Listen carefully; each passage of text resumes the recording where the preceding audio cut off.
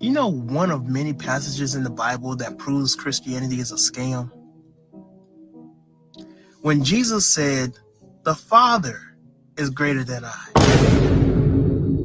I'll give you another one. I'll give you another one. You know, when he told the Pharisees, "I could do nothing without the Father." Actually, I'll give you one more. I'll give you one more. Jesus told his disciples, "Don't cling on to me, but go and tell the others, I am going to my Father and your Father. I'm going to my God and your God." Ain't that true? All right. So let's start here. Let me now that you watch the whole thing, I'm gonna play through it again, and we're gonna examine each one of those. But before I dive in just to the points, I remember when I was a lot like this, right? I remember when I thought things were just so clear cut. Um, there's a great deal of ignorance that some people have. I think we're all subject to it in all sorts of areas. And whenever you're kind of new to religion and theology, things are kind of clear cut like this, and you think you got slam dunk arguments against various groups. In this case, this person thinks he's disproved Christianity because of these passages. I remember that kind of confidence that I used to have with these silver bullet arguments and slam dunk arguments. And in the vast majority of cases, they're not the slam dunk that you think they are. Um, what it is you're ignorant and you need some more time to think through these things.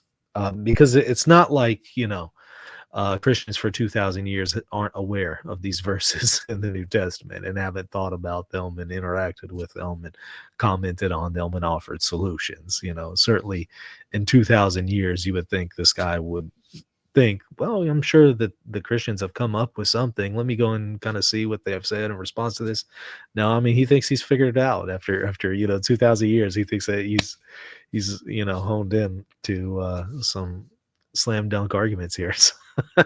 So it's not meant to be funny. Well, I guess maybe he made the video meant it to be funny. I don't know. But if it's funny, I'm laughing at it not for the reason that he thinks I should be laughing at it. I'm more laughing at the brash and ignorant nature here. But okay, be that as it may, let's engage the arguments. These are pretty common ones, right? Let's hear them again. You know, one of many passages in the Bible that proves Christianity is a scam?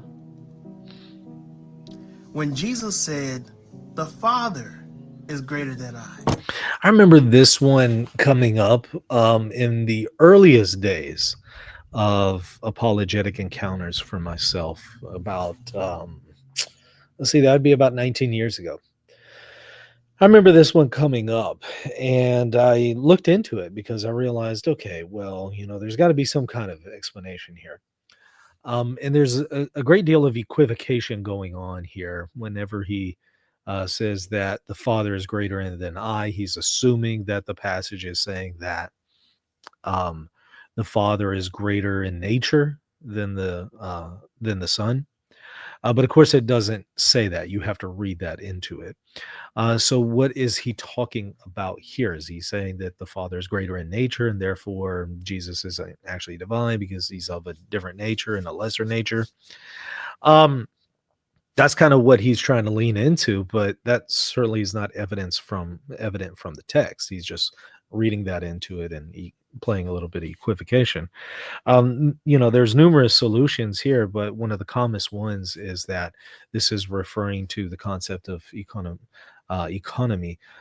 You have the relationship between the Father, Son, and Holy Spirit within the Trinity, what's called theology. And in that case, the Trinitarian notion is that the Father and the Son and Holy Spirit are equal. But you do have some subordination, not within the Trinity itself, but within time, within creation, what's called economy. And there you do see a subordinate role to the Son and the Spirit in the New Testament, with the Father being at the top, Father sends the Son sends the Spirit. So there is some subordination within economy, but not within the actual Trinity itself, within theology, ad intra, as they call it, only ad extra, outside of God, within creation, within economy. So here Jesus could just be referring to that economic relationship that the Father and Son have in economy, in that mission of going to earth and saving humanity. In that mission, there's a subordinate role of the Son to the Father, but only in economy. It's not making any claim about theology. One difficulty with that is that you'll often hear the adage, especially in the Catholic Church and maybe to a lesser degree within Eastern Orthodoxy, but especially within the Catholic Church, you'll hear the claim that what takes place in economy is a reflection of what takes place in theology. But obviously within the Trinity, you can't have some subordinationism. So how does that principle work here? Some might say, well, it doesn't fully map on to what happens with the Trinity, but the Father eternally generates the Spirit, and that's how it maps on, and blah blah blah. Okay, so you know, I just think that people need to. You could tell this guy's young. I mean, look at him on the screen. He looks like he's 19 years old or something, right? We've all been there, I suspect, right? We've all, when we're 19, we think that the world's just really black and white and everything's really clear, and we got all the solutions and answers. And what needs to take place here is there needs to be some humility, there needs to be some wisdom. You don't need to just assume that you have a silver bullet slam dunk argument. You need to ask more critical questions like, well, I think this is a strong argument against Christianity. How then have Christians for 2,000 years responded to this? Let me take a look at their responses. And in this case, do you think he's even aware of the Christian responses here? Probably not.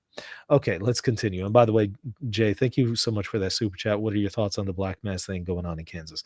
That's what we covered at the beginning of the show. All right, let's continue.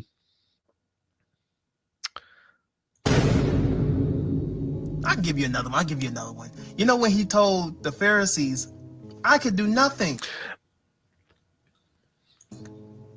without the Father. Yeah. So again, that might be just referring to economy, right? But even if you wanted to point to ad intra, within the Trinity, the claim is that the Son fully possesses the divine essence, but has received that eternally from the Father. So in that sense, fully dependent on the Father, insofar as it's not the Son who eternally generates the Father. It's the Father who eternally generates the Son. And so the Son, in that sense, depends on the Father, but only in that sense, right? So it could be referring to that aspect of within the Trinity, or it could just be referring to the economic mission that the Son has in the Gospel of John, which within economy is subordinate to the Father. Not within the Trinity, but just within economy. So it's pretty simple solutions here. Let's see the next one though. Actually, I'll give you one more. I'll give you one more. Jesus told his disciples, don't cling on to me, but go and tell the others, I am going to my Father and your Father. I'm going to my God and your God. Ain't that true? Now, again, same thing as before with this one. Um, so the Son within the Trinity is obviously in this eternal relationship with the Father. And so there is some kind of communion and awareness of the other at that point. And the Son is aware of the Father and fully possesses the divine essence, but has received that eternally from the Father. And so you might say, in that sense, he can speak of the Father as his God. But more likely, this is referring to economy, where within time and also in considering the incarnation and the human nature, um, obviously the human nature there is subject to the divine essence. And so it could be that he's referring to how the human nature is subject to God the Father. And so um, it, it seems like there are some really easy solutions here. He didn't consider that, but you know, I guess when we're 19, 20 years old, again, we think we got it all figured out.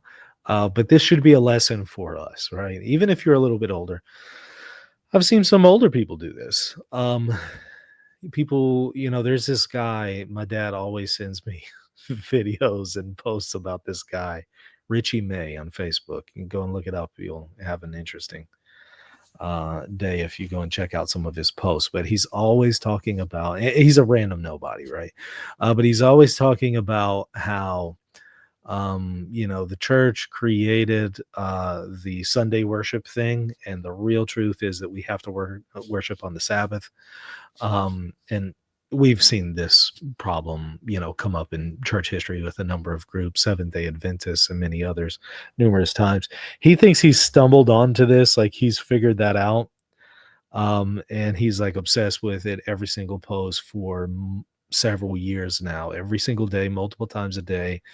For several years is all about how the Sabbath is a real day of worship, and Sunday is something created by the Catholic Church, and all the Protestant pastors in the local area are frauds for worshiping on Sunday, and he calls them all out by name and everything. And he's a little bit older, right? He's not in his 19s or 19 or 20s or something like that. He's a little bit older, but here's a perfect illustration of somebody who's kind of new to this situation. They think they got it all figured out. And in reality, there needs to be some humility, because what you'll discover 9 times out of 10 is there's a lot of things that you're missing. There's a lot of blind spots that you aren't aware of, and you need to consider more information. And so it's always helpful to ask questions like, okay, I think this is a strong argument, but let me see how they would respond to this. The people I'm criticizing, how would they respond to this? And then let me think of a response to that. And then how would they respond to that response? And then let me respond to that. You need to repeat that process multiple times and steel man them. Look for the best response that they have, not the worst, and then interact with that. Once you've done that a few rounds, now you're getting into things properly. And sometimes you might find that there are strong arguments against whatever group you're criticizing, but you won't know that until you've done that process. So yeah, that's kind of my advice for people who maybe are struggling with that. Hey, have you been benefiting from this channel, but you're not supporting it? You're definitely guilty. Get over to patreon.com/Reason and Theology and support this channel if you've been benefiting from the content. Did I say get it done now? I mean right now. And if you can't support the show financially, you should at least be subscribed, right? Am I right or am I right? Yeah, I think he's right. I'm right. So go and hit the subscribe button right now.